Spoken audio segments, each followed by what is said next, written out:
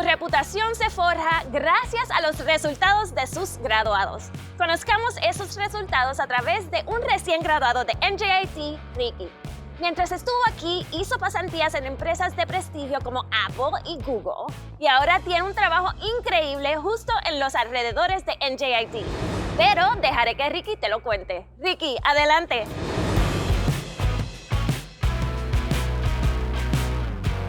Gracias, Lorena.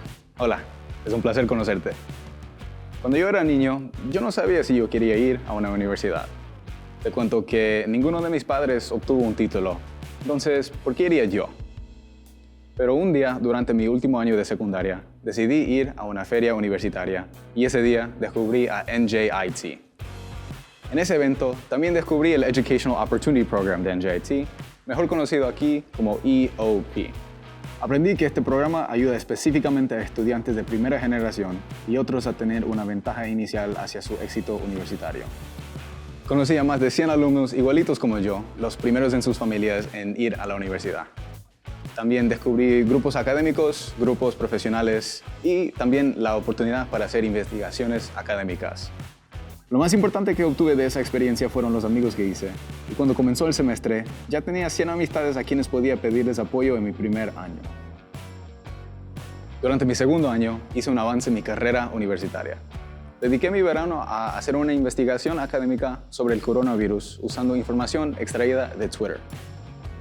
Pude analizar millones de tweets sobre los Estados Unidos usando Python, un lenguaje de programación que aprendí durante mi primer año aquí en NJIT. En mi tercer año hice otro avance en mi carrera universitaria. Conseguí 2 pasantías como ingeniero de software, la una con Apple y la otra con Google. Y una vez más, en mi cuarto año, regresé a Google en la ciudad soleada de Los Ángeles gracias a mi experiencia con Python. Estas 2 compañías han dejado una huella tremenda en mi carrera y doy gracias a NJIT por prepararme para esas oportunidades. Hoy en día estoy continuando mi carrera en programación con Prudential cerquita de NJIT. Si desean comunicarse conmigo, contacten a la oficina de exalumnos de NJIT. Ahora, de vuelta contigo, Lorena.